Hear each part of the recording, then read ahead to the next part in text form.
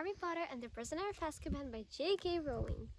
Chapter 13, Gryffindor versus Ravenclaw.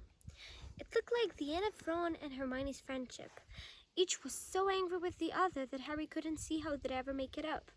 Ron was enraged that Hermione had never taken Crookshank's attempts to eat Scabbers seriously, hadn't bothered to keep a close enough watch on him, and was still trying to pretend that Crookshanks was innocent by suggesting Ron look for Scabbers under all the boys' beds.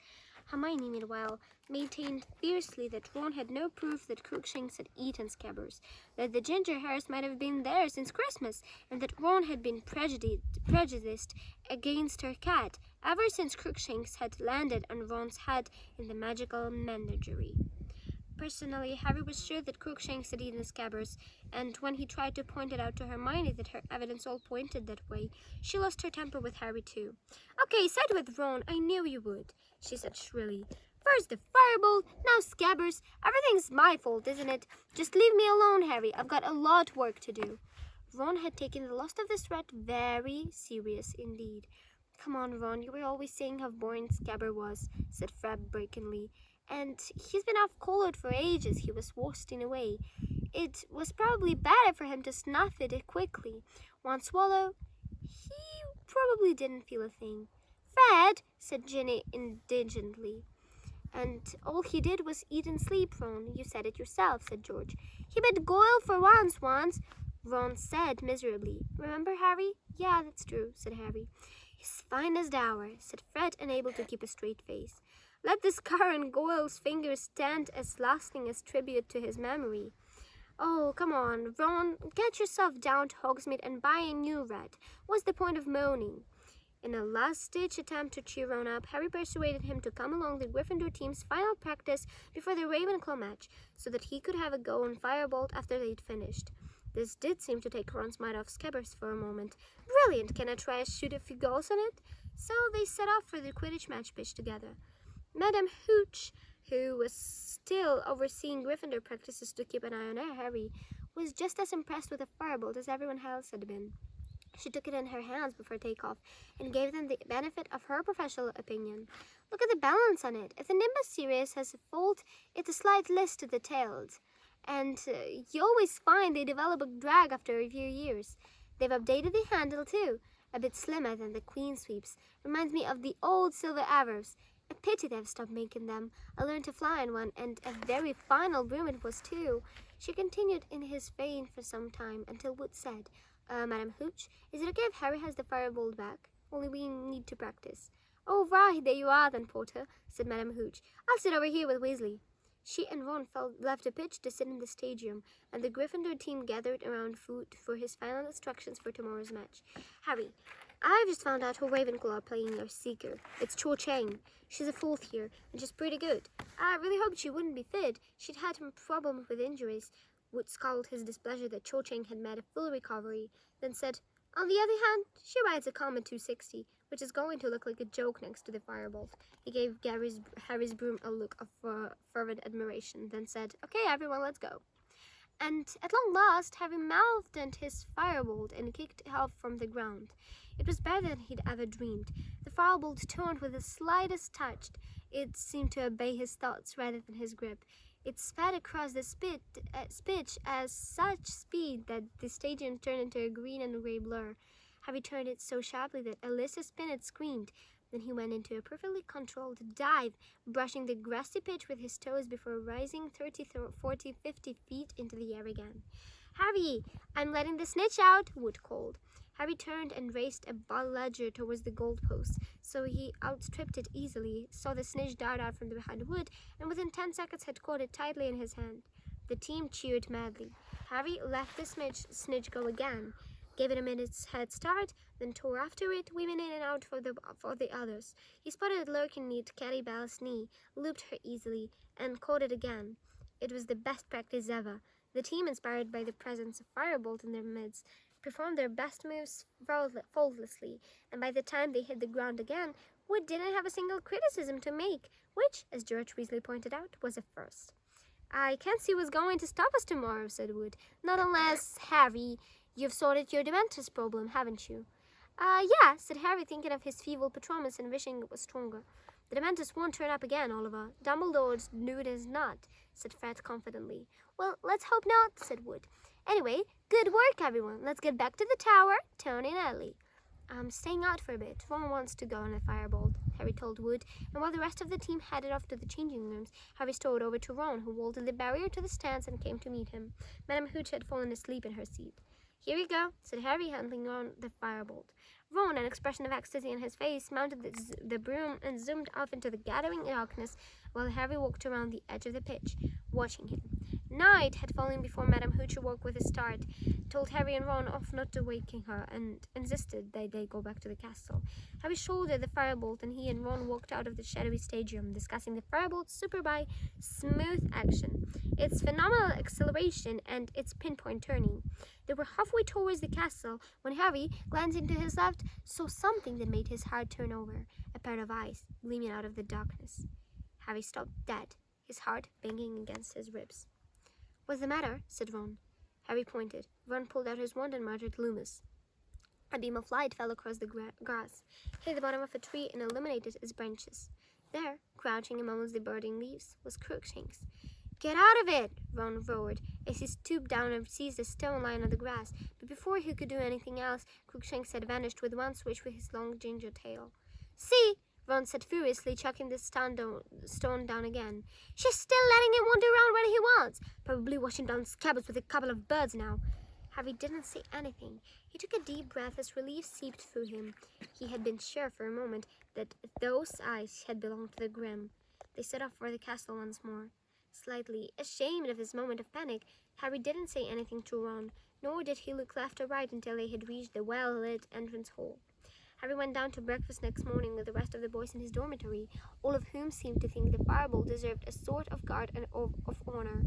As Harry entered the great hall, hats turned in the direction of the firebolt, and there was a good deal of excited muttering.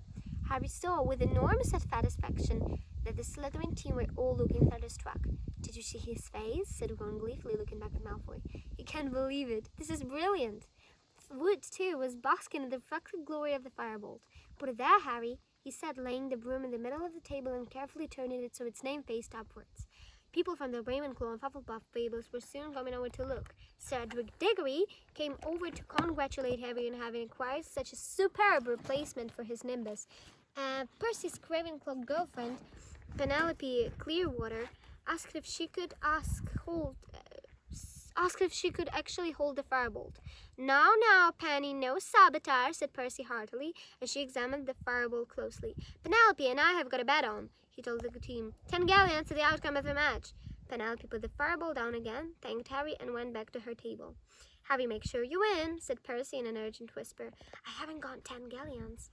Yes, I'm coming, Penny, and he bursted off to join her in a piece of toast. Sure you can manage that broom, Potter, said a cold, drawling voice. Draco Malfoy had arrived for a closer look, Crabbe and Goyle right behind him. Yeah, we can, sir, said Harry casually.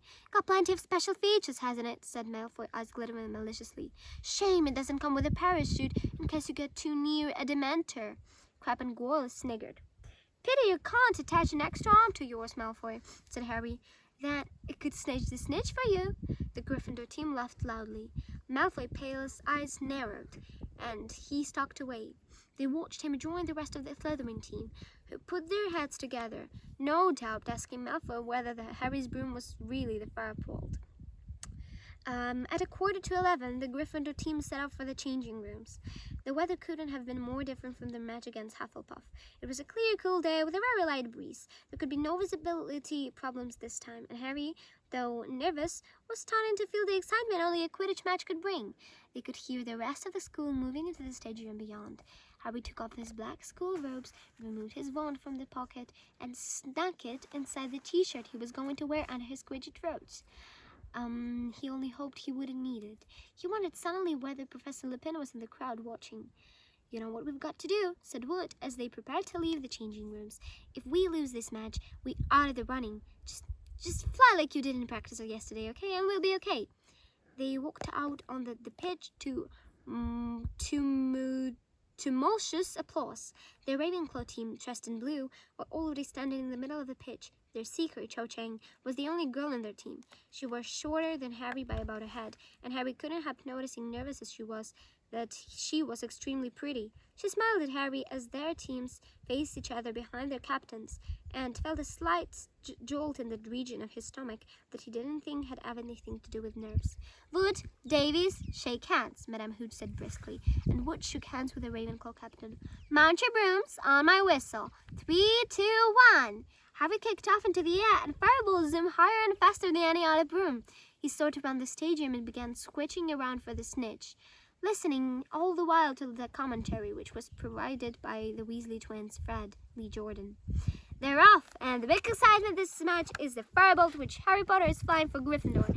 According to Wish Broomstick, the firebolt is going to be the broom of choice for the national teams of this year's World Championship. Jordan, could you mind telling us what's going on in the match?" Interrupted Professor McGonagall's voice. "Right you are, Professor. Just give it a bit of background information. The firebolt, incidentally, has a built-in auto-brake and Jordan. Okay, Gryffindor possession. Katie Bell of Gryffindor heading for goal." Harry streaked past Katie in the opposite direction, glazing around for a glint of gold, and noticing that Cho Chang was tailing him closely. She was undoubtedly a very good flyer. She kept cutting across him, forcing him to change direction. "Show her your acceleration, Harry," Fred yelled, as he whooshed past a pursuit of Bludger that was aiming for Alicia. Harry urged the firebolt forward as they rounded the Ravenclaw goal post, and Cho Chang fell behind. Just as Katie succeeded in scoring the first goal of the match, the Gryffindor end of the pitch went wild. He saw it. The snitch was close to the ground, flirting near one of the barriers. Harry dived. Cho saw what he was doing and tore after him. Harry was speeding up, excitement flooding him. Dives were his speciality. He was 10 feet away. Then a bludger, hit by one of the Ravenclaw beaters, came pelting out of nowhere. Harry reeled, of course, avoiding it by an inch, and in those few crucial seconds, the snitch had vanished. There was a great ooh of disappointment from the Gryffindor supporters, but much applause for the beater from the Ravenclaw end. George Weasley vented his feelings by hitting the second bludger directly at the offending beater, who was forced to roll right over in midair to avoid it. Gryffindor led by 80 points to 0, and look at that fireball go! Potter's really putting it through its paces now. See it turn? Chang's Comet is just no match for it. The fireball's precision balance is really noticeable in this song. Jordan, are you being paid to advertise fireballs? Get on with the commentary. Ravenclaws were pulling back. They had now scored 3 goals, which put Gryffindor only 50 points ahead. If Cho got the snitch before him, Ravenclaw would win. Harry dropped lower, narrowly avoiding a Ravenclaw chaser, scanning the pitch frantically. A glint of gold, a flutter of tiny wings. The snitch was circling the Gryffindor goalpost. Harry accelerated, his eyes fixed on the speck of gold ahead. But the next second, Cho had appeared out of thin air, blocking him. "Harry, this is no time to be a gentleman!" Wood roared as Harry swerved to avoid a collision. "Knock her off her broom if you have to!" Harry turned and caught sight of Cho. She was grinning. The snitch had vanished again. Harry turned his firebolt upwards and was soon 20 feet above the game. Out of the corner of his eye, he saw Cho following him. She's decided to mark him rather than search for the snitch herself. Right then, if she wanted to tail him, she'd have to take the consequences. He dived again, and Cho, thinking he'd see the snitch, tried to follow. Harry pulled out of the dive very sharply. She held it downwards. He rose fast as a bullet once more, and then saw it for the third time. The snitch was glistening way above the pitch at the Ravenclaw end. He accelerated. So many feet below did Cho. He was winning, gaining on the snitch with every second. Then, "Oh!" screamed Cho, pointing. Distracted, Harry looked down. 3 Dementors, 3 tall, black-hooded Dementors were looking up at him. He didn't stop to think. Plunking a head down the neck of his robes, he whipped out his wand and wrote, "Expecto Patronum." Something silver-white, something enormous, erupted from the end of his wand. He knew it was shot directly at the Dementors, but didn't pause to watch. His mind still miraculously clear, he looked ahead. He was nearly there. He stretched out the hand, still grasping his wand, and just managed to close his finger over the small, strangling snitch. Madame Hooch's whistle sounded. Harry turned around in midair and saw 6 scarlet blurs bearing down on him. Next moment, the whole team were hugging him so hard he was nearly pulled off his broom. Down below, he could hear the roars of Gryffindors in the crowd. "That's my boy!" Wood kept yelling. Alicia, Angelina, and Katie had all kissed Harry, and Fred had gave him a grip so tight Harry felt as though his head would come off. In complete disarray, their team managed to make its way back to the ground. Harry got off his broom and looked up to see a gaggle of Gryffindor supporters bringing onto the pitch, Ron in the lead. Before he knew it, he had been engulfed by the cheering crowd. "Yes!" Ron yelled, yanking Harry's arm into the air. "Yes, yes!" "Well done, Harry," said Percy, looking delighted. 10 galleons to me. Must find Penelope, excuse me." "Good on you, Harry," Ron Seamus Finn again. "Ruddy brilliant," boomed Hagrid over the heads of the milling Gryffindors. "There was quite some Patronus," said a voice in Harry's ear. Harry turned around to see Professor Lupin, who looked both shaken and pleased. "The Dementors didn't affect me at all," Harry said excitedly. "I didn't feel a thing." "That would be because they weren't Dementors," said Professor Lupin. "Come and see." He led Harry out of the crowd until they were able to see the edge of the pitch. "You gave Mr. Malfoy quite a fright," said Lupin. Harry stared. Lying in a crumpled heap on the ground were Malfoy, Crabbe and Goyle, and Marcus Flint, the Slytherin team captain, all struggling to remove themselves from long, black hooded ropes. It looked as though Malfoy had been standing on Goyle's shoulders. Standing over them, with an expression of the utmost fury on his face, was Professor McGonagall. "An unworthy trick!" she was shouting. "A low and cowardly attempt to sabotage the Gryffindor Seeker. Detention for all of you and 50 points from Slytherin. I shall be speaking to Professor Dumbledore about this, make no mistake. Here he comes now." If anything could have sealed the deal in Gryffindor's victory, it was this. Ron, who had fought his way to Harry's side, doubled up with laughter as they watched Malfoy fighting to extricate himself from the rope.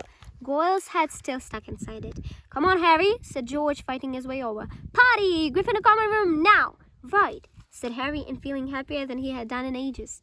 He and the rest of the team led the way, still in the scarlet ropes, out of the stadium and back up to the castle. It felt as though they had already won the Quidditch Cup. The party went on all day and went into the night. Fred and George Weasley disappeared for a couple of hours and returned with armfuls of bottles of butterbeer, pumpkin fizz, and several bags full of honeydew sweets. "How did you do that?" squealed Angelina Johnson as George started throwing peppermint toads into the crowd, with a little half-moony Wormtail, Petfoot, and Pronks. Fred muttered in Harry's ear. Only one person was enjoying the festivities. Hermione, incredibly, was sitting in a corner attempting to read an enormous book entitled Home Life and Social Habits of British Muggles. Harry broke away from the table when Fred and George had started juggling butterbeer bottles and went over to her. "Did you even come to the match?" he asked her. "Of course I did," said Hermione in a strangely high-pitched voice, not looking up.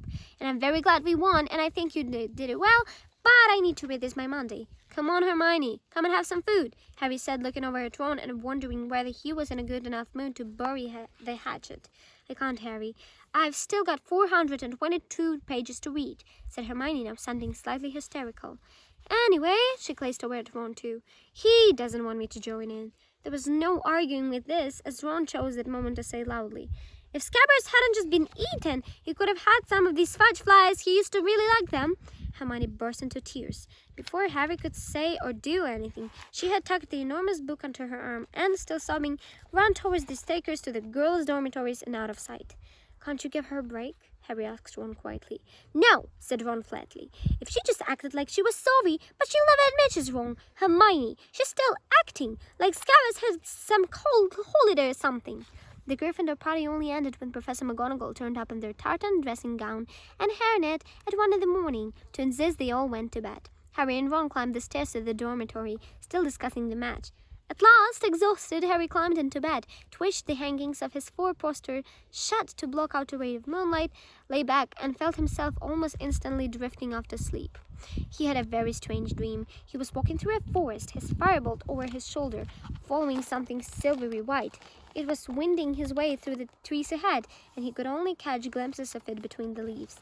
Anxious to catch up with it, he sped up, but as he moved faster, so did the quarry. Harry broke into a run, and ahead he heard hoofs gathering speed. Now he was running flat out, and ahead like he could hear galloping. Then he turned a corner into a clearing and...